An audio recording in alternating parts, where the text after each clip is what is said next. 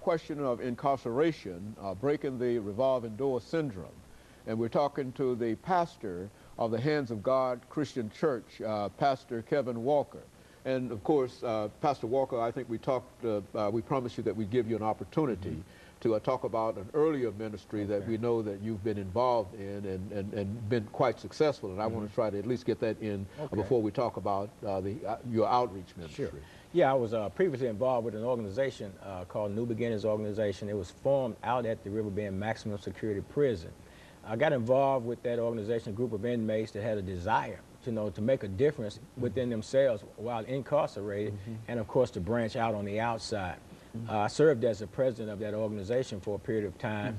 I eventually resigned from that organization, and but it's a great organization, and we got some good things started. And as a matter of fact, there's programs still going on every Saturday out there at the Riverbend Prison, and I'm sure that they would appreciate any support that they can get in terms of what they're doing and trying to help the guys do what they do and getting out and getting into mainstream society and making a difference.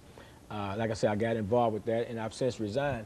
And right now, that was through that organization, I got really deeply involved on a much deeper level, and it really just kind of opened up the floodgates of what I'm trying to do now. Because Dr. Haney, a lot of people, when we look at this reincarceration, people going into the system and then staying in the system 5, 10, 15, 20, sometimes 30 years, and then coming out and going back into the system. And then society automatically wants to think that that individual is a bad person.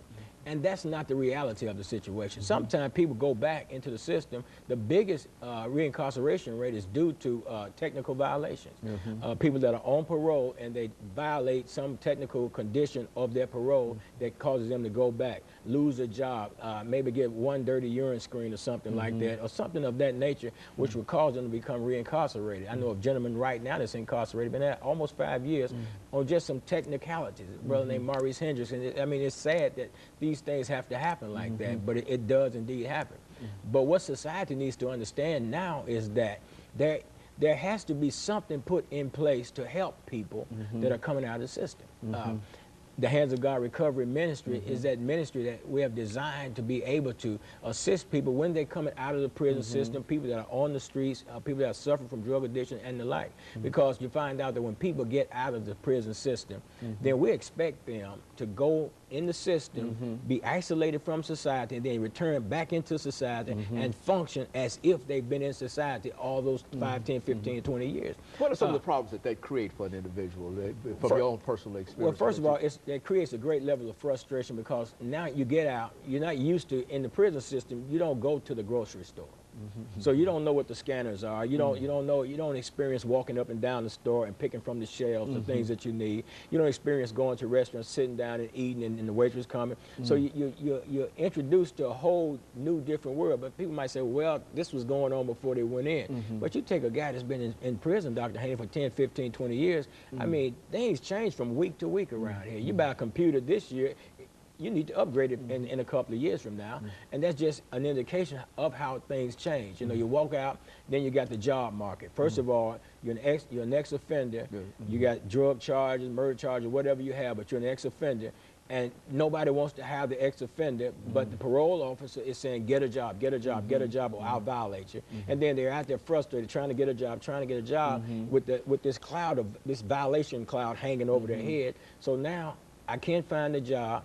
Nobody wants to hire me. I don't have the money to start my own business. So now what do? I know how to be a criminal because that's what I've done all my life, pretty much. So what I do, I revert back to that old behavior, and then I'm reincarcerated again because basically I've thrown up my hand because society is not helping me. And there's so many issues. For example, Dr. Haney, I got out of prison in 1981. The last time I had a criminal conviction was in 1983, and I reminded Mayor Bill Purcell about that a couple of 3 weeks ago because he was the last attorney in the public defender's office that represented me on the charge. And I reminded him, but I got out after serving my time. I got out of the prison system, but I'm not considered as a citizen. I'm pastoring a church. I mean, I'm doing the things that I'm supposed to do. I'm trying to reach out and help people, but yet I'm not really considered as a citizen in this country because I have that criminal background. A lot of guys that are in prison. Fortunately, I got in that window where you could register to vote while I was in prison, and I've been able to do that. But what about the people now that can't vote? So they've stopped that the ability for people to register while they're in incarcerated now. Absolutely. See, and it has come in, it has gone out, and there's a group here in town now that's trying to do some things in terms of getting voting rights restored to people coming out, to ex-offenders. Because I mean, if I'm out and I'm gainfully employed, I'm doing what I'm supposed to do, then I should be able to have a voice. I should not. You take an individual, he's 18 years old, he does a crime, he gets a 2-year sentence, and then he's out. But in essence, he's got a life sentence because now he's branded for the rest of his life. He can't vote. A lot of people won't hire him, and now he's caught up in this web, and now he's like, what do I do?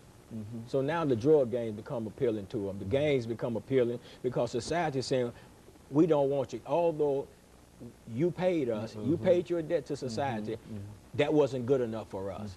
We gave you 5 years, you did 5 years, but that's not good enough. We want to track you for the rest of your life. We want to penalize you for the rest of your life. We don't want to hear from you. You don't have a voice in this country. You don't have a voice in any of this. So now you're penalized for the rest of your life. And so you're in a position, what do I do? So we developed some programs that's designed to try to help some people in this situation. So when they come out, to grab them by the hand and say, okay, listen, I know you're facing a world of frustration. I know people don't care, but we're going to try to network with some companies if we can, some temporary services, somebody that's going to be willing to say, hey, we're going to give this guy a chance because he's involved in a program that's really trying to help him get grounded and centered. And he's not just out here. He's not just out here floating around on his own trying to figure it out. Because you take the guy that's been incarcerated, or the woman for that matter, and they're out here and nobody's helping them to maneuver around in society to reindoctrinate, should I say, themselves into society, then they're lost and they don't know what to do. So they give in to their base nature and start doing those things that they know that they can do well. You know, I knew that when I was a criminal, I was a good criminal. I know I could commit crime very well. And so what we're saying here, and I guess this is, we've got a couple of minutes before our second commercial break. So what we're saying here is that it's very, very difficult for individuals to get out of the system and go out and find a job, even though many employers might give at least lip service to the fact that they don't have any problems dealing, but it's almost a life sentence, as you indicated. So when we come back, what I want you to do is to talk to the young people, because I think that in order to break the revolving door syndrome, you got to break the fact of young people, of people going to jail in a real sense, because it seems that after, and of course, let's have this second commercial break, after which we'll come back and give you an opportunity to do that. We'll be back with our audience following. We're talking to Pastor Walker.